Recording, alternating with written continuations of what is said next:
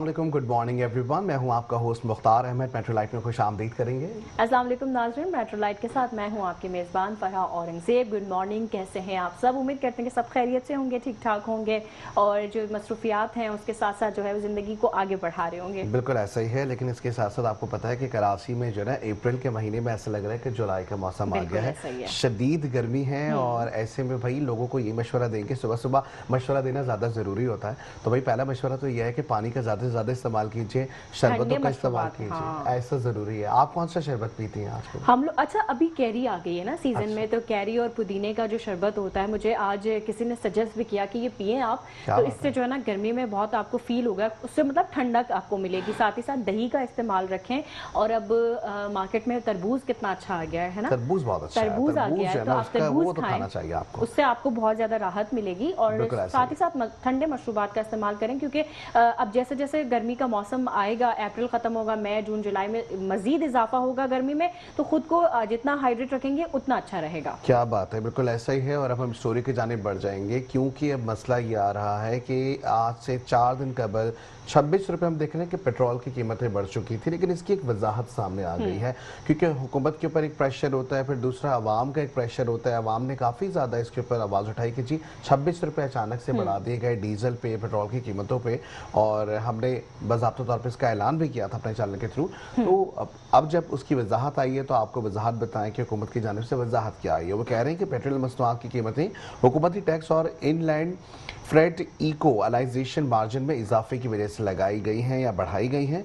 Petrol और high speed diesel की x refinery लागत में कमी के बावजूद हुकूमत ने दोनों मसनूआत की कीमतों में 26 रुपये 77 पैसे फी लीटर का खास करके इजाफा किया है। उन्होंने ये भी बताया कि अगर पेट्रोल पर लेवी टैक्स और डीजल पर IMFE का जो मार्जिन है ना बढ़ाया जाता तो फिर शायद ये कीमतें ऐसी ही रहती, लेकिन उसकी वजह से कीमतों में इजाफा हुआ है।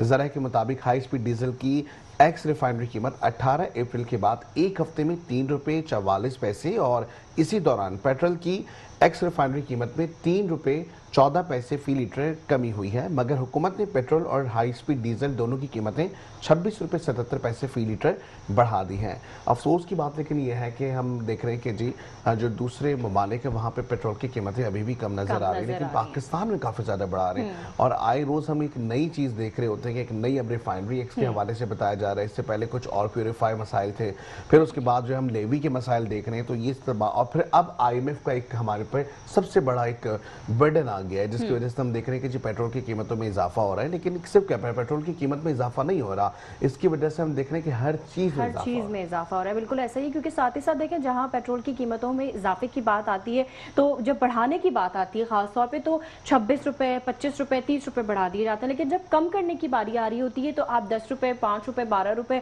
कम कर देते हैं। और डीजल की कीमतें जिस तरह से पहले भी उनमें अच्छा खासा इजाफा हुआ और फिर कुछ कमी कर दी गई, तो इसका जो है वो अवाम जहनी तौर पे बहुत ज्यादा परेशान खुद को फील कर रही है। जाहिर है, क्योंकि एक तो हमारे यहाँ जो रोज की लोगों की जो खास तौर पे जो रोज के कमाने वाले हैं, जो डेली वेजेस पे काम करते हैं, वो तबका सबसे ज्यादा मुतासिर होता नजर आता है। कीमत जो बढ़ाई ना, उसमें एक सबसे बड़ा नुकसान ये होता है कि डीजल से हम देखते हैं कि जी हमारा जो ट्रांसपोर्ट का बड़ा निजाम है वो चल रहा होता है। इवन कि आप देखें कि सब्जियां अगर उग रही हैं, ठीक है, उसी कीमतों पे सब कुछ है, लेकिन ट्रांसपोर्टेशन कॉस्ट उस पर आ रही होती है, जिससे शहरों तक वो चीजें पहुंच रही हैं। और डेफिनेटली जब प्राइसेस इंक्रीज होंगे तो फिर आपको पता है कि मनमानी कीमतों का भी मामला होते हैं। आप बचत बाजारों में चले जाएं, आपको वहाँ पे जो है ना किसी किस्म की रेट लिस्ट नजर नहीं आती है, या रेट लिस्ट नजर आ भी जाती है तो उस पे अमल दरामद नजर नहीं आता। और आप उनसे जब जवाब पूछेंगे वो कहते हैं भाई आपको नहीं पता कि कल पेट्रोल बढ़ गया, अब हमें भी जो है उसकी कॉस्ट निकालनी है। तो ये तमाम मामला हैं जो हम देख रहे हैं। नेक्स्ट स्टोरी की जानिब बढ़ेंगे और नेक्स्ट स्टोरी हमारे पास क्या है?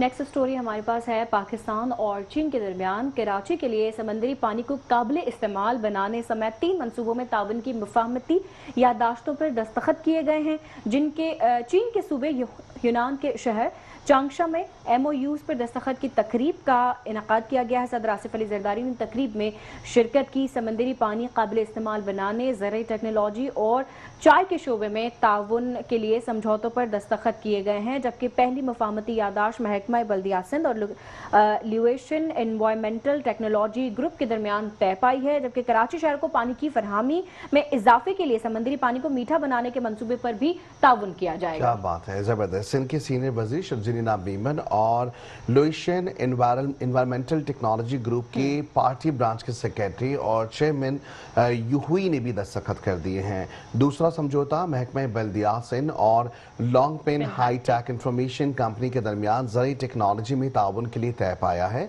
जबकि ये भी बताया जा रहा है कि समझौते पर सिंध के सीनियर वजीर शर्जील इनाम मीमन और चीनी कंपनी की जानिब से चेयरमैन चेंजी शेन से दस्तखत किए गए हैं। तो एक अच्छी खबर है ये अगर देखा जाए, लेकिन बात यह है कि इस तरह के मंसूबे मुआहदे हो जाते हैं, कुछ अरसे तक उस पर अमल दरामद होता है। हम अगर सिंध वेस्ट मैनेजमेंट की बात करें, हम अगर वाटर कंट्रोल की बात करें, वाटर कंट्रोल की तो कह रहे हैं, अगर वेस्ट मैनेजमेंट की बात करें तब भी हमने देखा कि चाइना से हमारे पास लोग आए हुए थे, हमने चाइना की कंपनीज के साथ जो है वो मिलकर भरपूर तरीके से जो है वो मुआहदे बनाए, लेकिन अमल दरामद 1 साल के बाद नजर नहीं आ रहा। अच्छा, साथ ही साथ अमल दरामद के साथ हम ये भी यहाँ पर बात करते चलें कि उससे जो है वो हमारी आवाम किस तरह से मुस्तफीद होगी या उसको उस चीज़ का कितना फ़ायदा पहुंचेगा, क्योंकि कराची शहर में सबसे बड़ा मसला इस वक्त पानी का है कि पानी का जितना इशू कराची में है, मेरा नहीं ख्याल कि पाकिस्तान के किसी भी सूबे को पानी का इतना बड़ा इशू होगा, लेकिन तो खुद एक समंदर के साहिल के किनारे है, तो यहाँ पे तो पानी की मिकदार ज़्यादा होनी चाहिए, लेकिन वही वाली बात है कि इस पानी को हमने ही ख़राब किया है।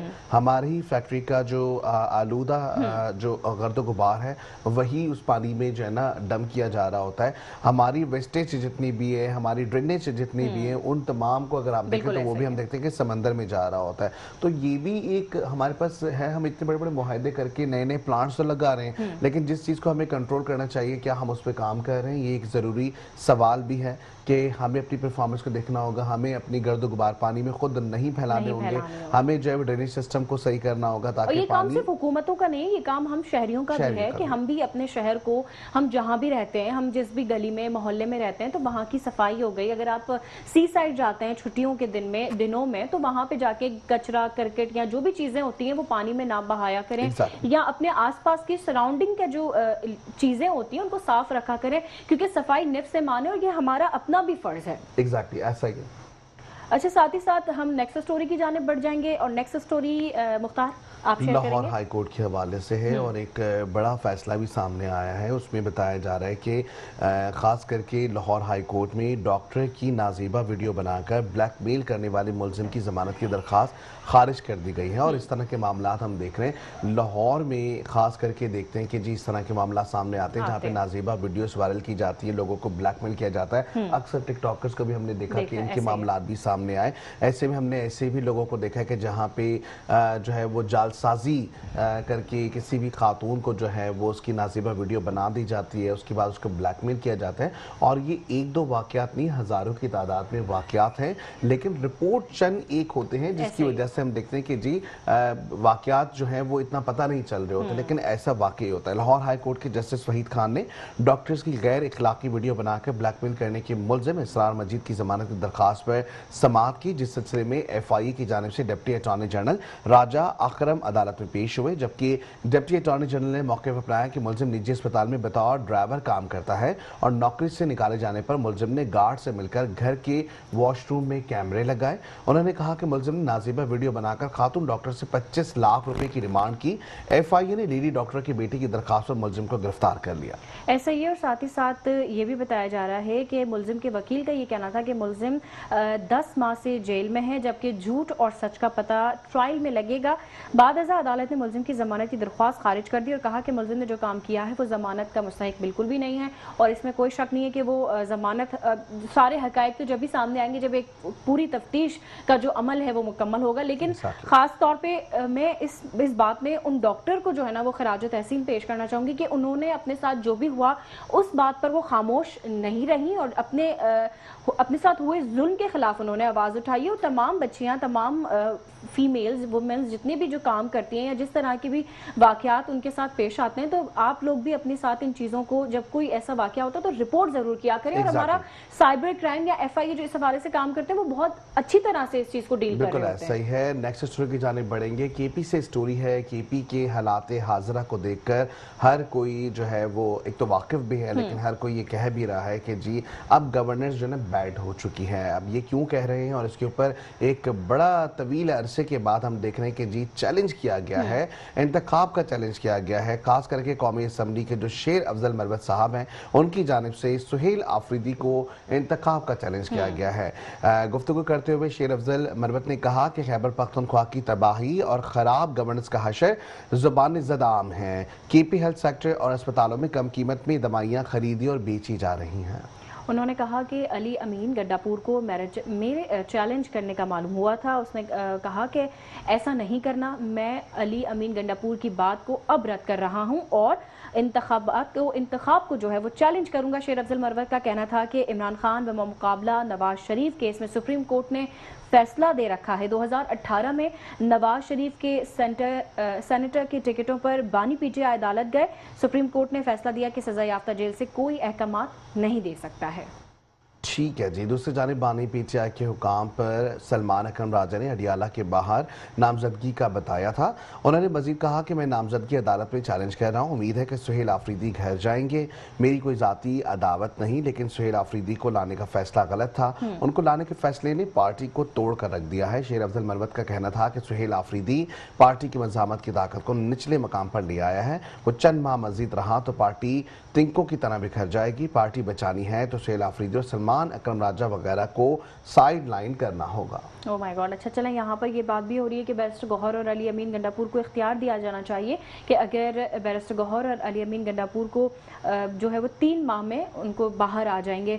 लेकिन खैर ये तो कबल अज वक्त ही होगा कहना कि 3 माह में बाहर आ सकेंगे। लेकिन जो वो कह रहे हैं कि जी जो वजूहात बताई जा रही है वो यही बताई जा रही है कि जी केपी की जो हालत जार है ना वो बड़ी खराब है, जिसके लिए वो चाह रहे हैं कि जी इस तरह के चैलेंज को सुहेल आफरीदी को चाहिए कि वो इंतखाब मतलब इस चैलेंज को एक्सेप्ट कर लें। यहाँ पे एक बात मैं ये भी ऐड करना चाहूंगी मुख्तार कि अभी सुहेल आफरीदी को ज़्यादा टाइम हुआ नहीं है ज़ाहिर वजारत संभाले हुए, तो थोड़ा सा टाइम लगता है। शायद चैलेंजेस होते हैं जिनको मुंह दे रहे होते हैं वो वक्त के साथ साथ। काफ़ी चीज़ें होती हैं जो कि वक्त के साथ साथ इंसान फेस कर रहा होता है। तो ये एक मौका अगर किसी को मिला तो उनको अपना टाइम पूरा करने देना चाहिए। रात के इस्तेमाल को भी जो है ना देखना होगा। और अभी जिस तरह की सिचुएशन हमने देखी कि जिस तरीके से पेंडेमिक सिचुएशन पूरे पाकिस्तान पूरी दुनिया भर में थी, तो ऐसे सिचुएशन के बाद शायद, लेकिन जाहिर है कि मैनेजमेंट उनकी अपनी है, लोग उनके अपने हैं, और अगर उनको चैलेंज किया जा रहा है तो बल्कि मैं ये कहूँगा कि सुहेल आफरीदी को चाहिए कि उस चैलेंज को एक्सेप्ट करें और उसके बाद देखें कि उनके साथ कितने लोग मौजूद हैं और दूसरी जो उनके दूसरे फरीकैन है वो क्या चाह रहे हैं या उनके साथ कितने लोग हैं। तो दूध का दूध पानी का पानी अलग हो जाएगा।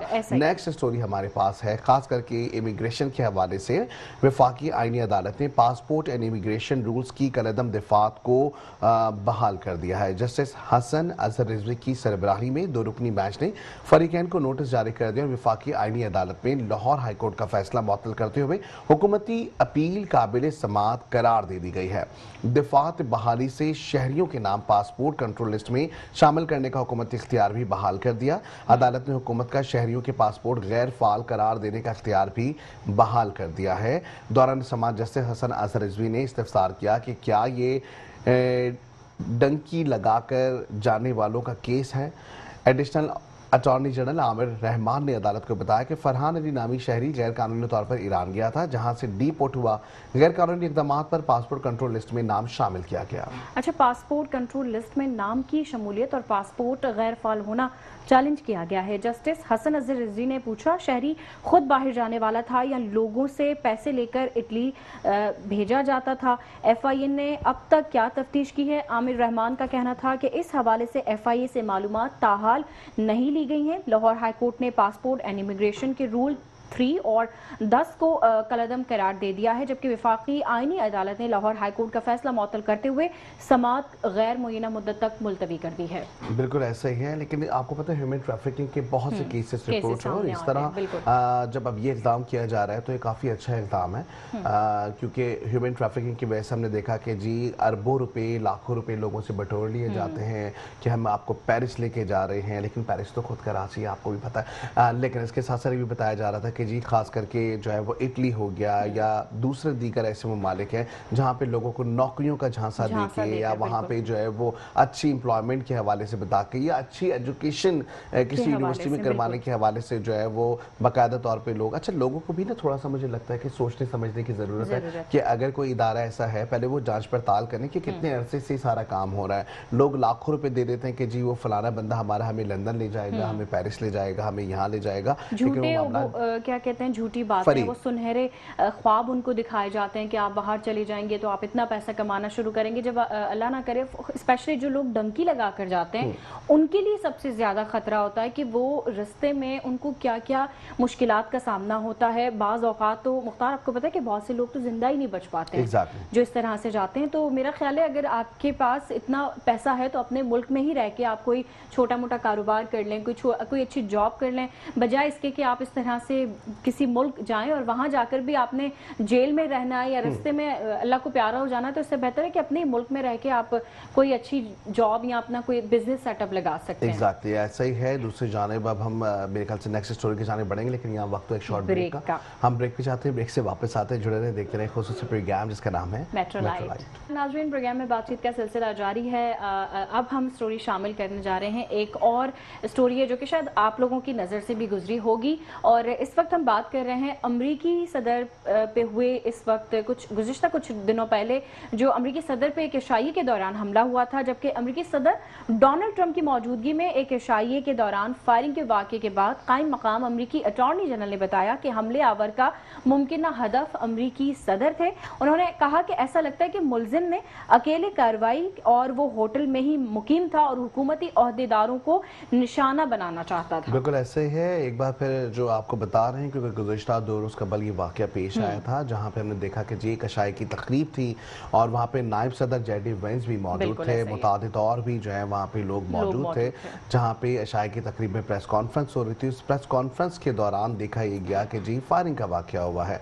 अब इस तरीके से हम पाकिस्तान में भी देखते हैं कि पाकिस्तान में भी इस तरह के कुछ वाक़यात इससे पहले हुए हैं और अब इसमें 2 बातें आती हैं। एक बात ये आती है क्या ये वाकई वाक़या हुआ या ये वाक़या करवाया गया, क्योंकि उसकी वजह यह है कि आपको पता है कि अभी इंतखाबात के मामला चल रहे हैं, इलेक्शंस जो हैं वो हो रहे हैं, सिंपैथी गेन करने के लिए भी कुछ इस तरह के मामलात होते हैं। हम पूरी दुनिया में पॉलिटिक्स इस तरीके से होती है, लेकिन एक सवालिया निशान तो ये है कि जहाँ पे सदर डोनाल्ड ट्रंप मौजूद है, एक बड़ा होटल है जहाँ पे सिक्योरिटी के इंतजाम है, तो या तो सिक्योरिटी पे सवालिया निशान है या ऐसा कोई शख्स कैसे कोई भी वेपन लेकर अंदर आ सकता है। हुकूमती ओहदेदार इतनी बड़ी तादाद में मौजूद हैं, सिक्योरिटी के लिए बड़ा मामला है। उन्होंने कहा कि ऐसा लगता है कि मुलजिम ने अकेले कार्रवाई की, वो होटल में ही मुकीम है और हुकूमती ओहदेदार को निशाना बनाना चाहता है। कायम मकाम अमरीकी अटॉर्नी जनरल ने बताया कि मुलजिम तफ्तीश में ताबून नहीं कर रहा, पीर को इस पर फर्द जुर्म आयद की जाएगी और आज के दिन इसमें फर्द पीर, क्योंकि हम ये देख रहे हैं कि आज इतवार का रोज ही वहाँ चल रहा होगा, पीर जो है वो आने वाली है, तो देखते हैं कि क्या मामला होता है। लेकिन ऐसा बताया गया कि अमरीकी मीडिया के मुताबिक मुश्तबा हमला आवर की शनाख्त कैलिफोर्निया से ताल्लुक़ रखने हुए एक कोल थॉमस एलन 31 साल हैं जिसके नाम से की गई है और ये भी बताया जा रहा है कि वो ट्रम्प इंतजामिया के ओहदेदारों को निशाना बनाना चाहता था। वाशिंगटन के मेयर का कहना है कि वाहिद मुसल्लह शख्स लॉबी में सेक्रेटरीट सर्विस की तरफ बढ़ा तो एक एहलकार ने उसे रोका। वाशिंगटन पुलिस चीफ का कहना है कि होटल की वीडियो का जायजा लिया जाएगा। हमला आवर हथियार के साथ अंदर कैसे दाखिल हुआ? मुबैना हमला आवर के पास एक शॉट गन, एक हैंड गन और मुतादिद चाकू भी मौजूद थे। तो ये बड़ा सवाली निशान है कि कितना बड़ा जो है वो अशाए का एहतमाम किया जा रहा है जहाँ प्रेस कॉन्फ्रेंस भी होनी है और ऐसी जगह पे जो है हम देख रहे हैं कि किसी होटल में कोई भी शख्स अपनी इतनी सारी चाकू और हैंड गन, उसके साथ साथ हम देख रहे हैं कि जी दीगर जो है वो वेपन्स लेके वो चला आता है और कोई रोकता नहीं है। ऐसा ही है। और इससे कबल भी हमने देखा था जब डोनाल्ड ट्रंप एक इलेक्शन कैंपेन जब उनकी चल रही थी इलेक्शन से कुछ टाइम पहले, तब भी उन पर इस तरह का एक कातिलाना हमला किया गया था जिसमें वो मामूली जख्मी भी हो गए थे और अब ये दूसरा वाकया है। तो अच्छा, साथ साथ डोनाल्ड ट्रंप की जानिब से ये भी कहा गया कि इस हमले का ईरान और अमेरिका जंग से कोई ताल्लुक नहीं है, ये जो है वो उनको शायद नुकसान पहुंचाने के लिए किसी ने जानबूझ के किया है या कोई और वजह थी। ये तो खैर जब तक सारी तफ्तीश होगी, सारी चीजें सामने आएंगी, उसी के साथ साथ पता चलेगा। लेकिन सबसे बड़ी बात यहाँ पर यह है कि जब डोनाल्ड ट्रंप, उनकी अहलिया जेडी वेंस, उनकी अहलिया जब स्टेज पर मौजूद थे, उसी दौरान ये एक फायरिंग का वाकया पेश आया, जिसके बाद पूरे हॉल में भगदड़ मच गई थी। हाँ, मुझे बड़े अफसोस के साथ ये कहना पड़ता है कि सदर डोनाल्ड ट्रंप को ये कैसे पता कि ये वाकया उनके जाती उन पे गोली चलाई गई है, या सिर्फ अमेरिका में रहते हुए उनकी जो शोहरत है या उनके जो इंतखाबी मसाइल है उसके लिए की गई। क्योंकि देखें, अगर ऐसी कोई बात होती, ये जो उन्होंने एक डिफरेंशिएट करके स्टेटमेंट अपना दिया है, इससे ये चीज साबित हो जाती है कि शायद इनके अपने ही कोई शायद लोग हों जिनके जरिए काम किया गया हो। उसकी वजह यह है कि जब आप ये बात कह रहे हैं कि जिसका कोई ताल्लुक जो है वो ईरान या इसराइल के मामला से नहीं है, how you can say this thing, क्योंकि आप तो खुद आपको नहीं पता कि जारी दुश्मन कितने आपके हैं, लेकिन आप उसको जो है वो समझने क्लासिफाई कर रहे हैं कि जी आपका स्टेटमेंट दुरुस्त है। इसका मतलब ये हुआ कि ये आप आम इंतखाबात के लिए होने वाली किसी झड़प के लिए कह रहे हैं ताकि आपको कोई सिंपैथी मिल जाए और सिंपैथी इलेक्शन से आप शायद वोट लेकर आगे बढ़ जाएं।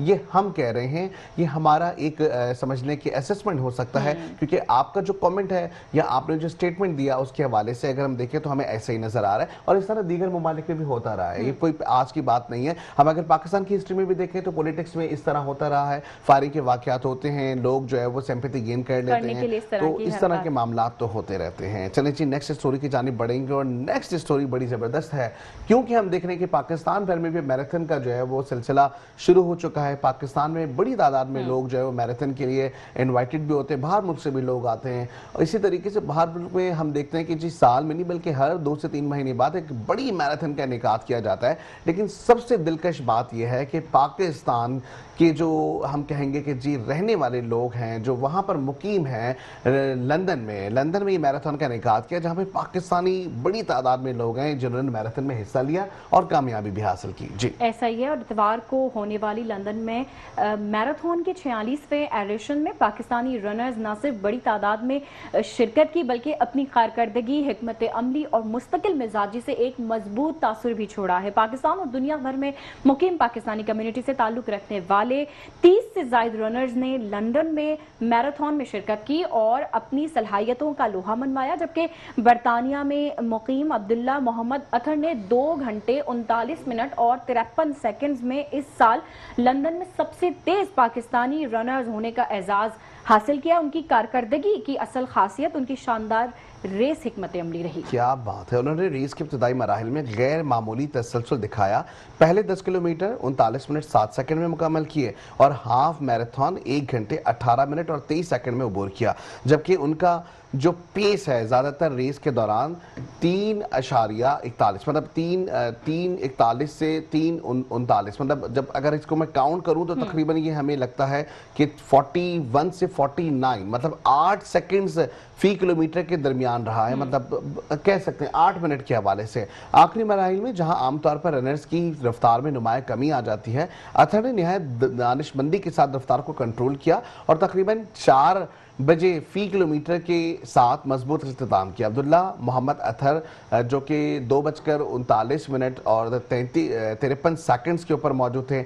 अमीन मुकाती, रिहान आदमजी, सारा तहूर, अदनान गांधी, फैसल शफी, साहिल कुमार, जिशान रब, समीन नासिर, मोहम्मद हसन, आदिल अली, हिरा देवयान गांधी, जबकि इमरान गयूर, अहमद हादिया किशोर, यूसुफ हसन, नवेद हुसैन, वसीम अख्तर, हना शब्बीर, इसके साथ साथ अहमद खान, जावेद हुसैन, सना हबीब, हुजैफा हाशमी, जबकि उर्फ मोहम्मद कमर जिया, मास चिश्ती, अलीना परवेज, अजहर हुसैन, एडम मोहम्मद, शिफा आफ्ताब, ये वो नाम है जो कि पाकिस्तान का नाम रोशन कर रहे हैं मैराथन में जाके, खास करके लंदन में मैराथन हो रही है, तो सारे नाम लेने ज्यादा जरूरी हो गए। अच्छा, फख्र की बात है। चलें बोले, मोहम्मद अब्दुल्ला जो हैं अतर, उनका ये कहना था कि पाकिस्तान में अक्सर लोग समझते हैं कि दौड़ने के लिए बहुत वक्त दरकार होता है, लेकिन मेरे लिए जिंदगी में निजाम ज़ब्त और जहनी सुकून लाता है। उन्होंने कहा कि 1 साल पहले मेरा 10 किलोमीटर का बेहतरीन वक्त तकरीबन 37 मिनट था और आज मैंने उसी रफ्तार से पूरी मैराथन मुकम्मल कर ली है। क्या बात है भाई, जबरदस्त। हम भी खराज तहसीन पेश कर रहे हैं आप तमाम लोगों को, और ये बहुत अच्छी चीज है। ये वो एक्टिविटीज है जो कि मेरे ख्याल से हर महीने में होनी चाहिए, जिससे जितने भी हम देखेंगे कि के जो अमराज है ना, खास करके कोलेस्ट्रॉल के अमराज हो गए, या हम देखें कि जी वेट बहुत ज़्यादा तेज़ी से बढ़ रहा है, या हम बहुत लेज़ी हो रहे हैं, या हमारा दिल नहीं लग रहा कामों में, हमारा फोकस नहीं है, तो सबसे अच्छी चीज़ ये है कि मैराथन से फ़ायदा ये होता है कि आपका फोकस एक तरफ हो जाता है। आप मिसाल के तौर पे कि अगर मैराथन में रेस में चल रहे हैं तो आपका उस वक्त फोकस क्या होगा, यू डोंट कंसीडर कि साइड पे कौन चल रहा है, मेरे लेफ्ट पे कौन चल रहा है, राइट पे। आपका फोकस होता है कि आपने इस मिशन को अबूर करना है, और यही वो फोकस है जो आपको तमाम चीज़ों से डाइवर्ट करने के बाद आपको एक मकाम पे ले आता है। और आपका बल्कि जो कहते हैं स्टिग्मा होता है एक ब्रेन में, वो स्टिग्मा आपको बता रहा होता है कि वाकई में आपने काम करना है। तो हम कोई भी चैलेंज को फेस करने के लिए, किसी भी चीज़ को हासिल करने के लिए समझ लें कि एक फोकस हमारा हो जाता है, जिसके बाद हम उस चीज़ को बहुत आसानी से हासिल कर लेते हैं। बिल्कुल ऐसा ही है। और इसी के साथ हम नेक्स्ट स्टोरी की जानिब बढ़ जाएंगे। हमारे पास नेक्स्ट स्टोरी है कौमी क्रिकेटर बाबर आजम के हवाले से। और यहाँ आपको बताएं कि बाबर आजम और शाहीन आफरीदी के बेटे आलियार के दरमियान मैच के बाद एक खूबसूरत लम्हा सोशल मीडिया पर वायरल हो गया है। दोनों खिलाड़ी पीएसएल मैच में एक दूसरे के मद्दे मुकाबल थे, जहां शाहीन आफरीदी ने जो उनके अहले खाना है वो भी स्टेडियम में मौजूद थे, और उनके नन्हे बेटे आलियार भी अपने वालिद को सपोर्ट करने के लिए आए थे। जबकि मैच के इख्तिताम पर बाबर आजम को नन्हे आलियार आफरीदी के साथ खेलते हुए देखा गया है। क्या बात है, बड़ी जबरदस्त सी वीडियो थी, और ये सोशल मीडिया पे काफी गर्दिश कर रही है, जहाँ पे बाबर आजम और खास करके जो हमारे एक और कैप्टन है लाहौर कलंदर्स के, वो बिल्कुल आमने सामने थे, और उनका छोटा सा बेटा आलियार है जिसके साथ हमने देखा कि जी वो खेलते हुए दिखा दिए। बड़ी अच्छा एक जेस्टर है। अब एक जेस्टर ही नहीं है, बल्कि हम ये भी देख रहे हैं कि जी खास करके छोटे बच्चे कोई भी हो तो प्यार मोहब्बत हो ही जाती है। और ये सबसे अच्छी चीज़ है कि बाबर की जो पर्सनालिटी है ना वो ऐसी है। हम ये नॉर्मली लाइफ में भी हम देख रहे होते हैं कि जी जब प्रोग्राम्स वगैरह के दौरान लोगों से सवाल किए जा रहे होते हैं कि जी बाबर के हवाले से आप क्या कहेंगे। पर्सनली बाबर आजम अच्छे लगते हैं? नहीं, मुझे क्रिकेटर के हिसाब से मुझे बाबर आजम इतने अच्छे नहीं लगते हैं, लेकिन जो जबकि इनको पता है कि मेरे फेवरेट क्रिकेटर बाबर आजम है। आप मेरा दिल रख लेते हैं। जी हाँ, जो बाबर आजम है वो देखिए सच्ची बात करनी चाहिए, दिल रखना एक अलग बात है। दिल रखने के लिए सारे खिलाड़ी अपने सभी बहुत अच्छे हैं, फिर तो इस तरह किसी एक का नाम लेना फिर बजा होगा ना। तो लेकिन यह है कि मुझे जो सबसे अच्छी परफॉर्मेंस लगती है अभी तक जो मैं देख रहा हूँ, मुझे प्रीवियसली जो है लोगों में मुझे वसीम अकरम की परफॉर्मेंस बहुत अच्छी लगती है, मुझे शुएब अख्तर की परफॉर्मेंस बहुत अच्छी लगती थी। तो इसलिए मैं थोड़ा सा कोशिश करता हूँ कि मैं उन प्लेयर्स अभी जो हमारे यंगस्टर्स जो हैं, अभी जो हमारे क्रिकेटर्स जो पीएसएल में हैं अभी, उनमें से आपको कौन इस बार? मैक्सवेल की परफॉर्मेंस बहुत अच्छी है। ओह माय गॉड, ऐसा ही है। अच्छा जी, चलें जी आगे चलेंगे, और एक और स्टोरी हमारे पास मौजूद है, वो भी बड़ी ज़बरदस्ती है, और वो स्टोरी है खास करके शायकीन क्रिकेट के हवाले से। और शायकीन क्रिकेट को अब हम देख रहे हैं कि जी फाइनल में इजाज़त मिल गई है, और फाइनल में इजाज़त तो मिली लेकिन टिकट लेके आपको आना होगा। टिकट के बगैर नहीं आएंगे। पेट्रोल पे आपने पाबंदी लगा दी, आपने कहा पेट्रोल बहुत ज़्यादा है, इलेक्ट्रिसिटी बहुत ज़्यादा खर्च हो रही है, जिसकी वजह से हम मैचेस शायकीन क्रिकेट के लिए मैदानों में नहीं करवा रहे, लेकिन आखिरी मैच आप ज़रूर करवा रहे हैं। लेकिन मैं वज़ीर आज़म से फिर रिक्वेस्ट करूँगा एक बार कि आप जो है वो ख़ास करके जो 1500 रुपये या 2000 का टिकट उसे फ्री कर दें इस बार आवाम के लिए, ताकि आवाम अच्छे तरीके से जो है वो खुशियाँ आपके साथ मिलकर सेलिब्रेट कर सकें, और पीएसएल को भी चार चांद लग जाए। लेकिन अब तो खैर पीएसएल जो है वो अपने इख्तिताम को पहुँच रहा है, लेकिन ये कि आखिर में जाते जाते भी आप थोड़ा सा एंजॉय कर सकते हैं। अगर आप चाहें तो फाइनल देखने जा सकते हैं, या जो भी मैचेस अब बच गए हैं। तो टिकट्स की जो कीमत रखी गई है वो 1500 रखी गई है। उसके बाद सबसे जो महंगी टिकट है वो है 12,000 रुपए की। अगर आप चाहते हैं कि आप वीवीआईपी प्रोटोकॉल हासिल करें तो आप 12,000 की टिकट खरीद लें, और अगर मेरी तरह जिसको क्रिकेट से बिल्कुल लगाव नहीं है तो वो 1500 की क्रिकेट टिकट लेके भी जा सकता है देखने। ये बात भी सही है, लेकिन ये कि बस मैं कहूँगा कि इंतजाम अच्छे होने चाहिए जब ज़ाहिर टिकट्स की बात आ रही है।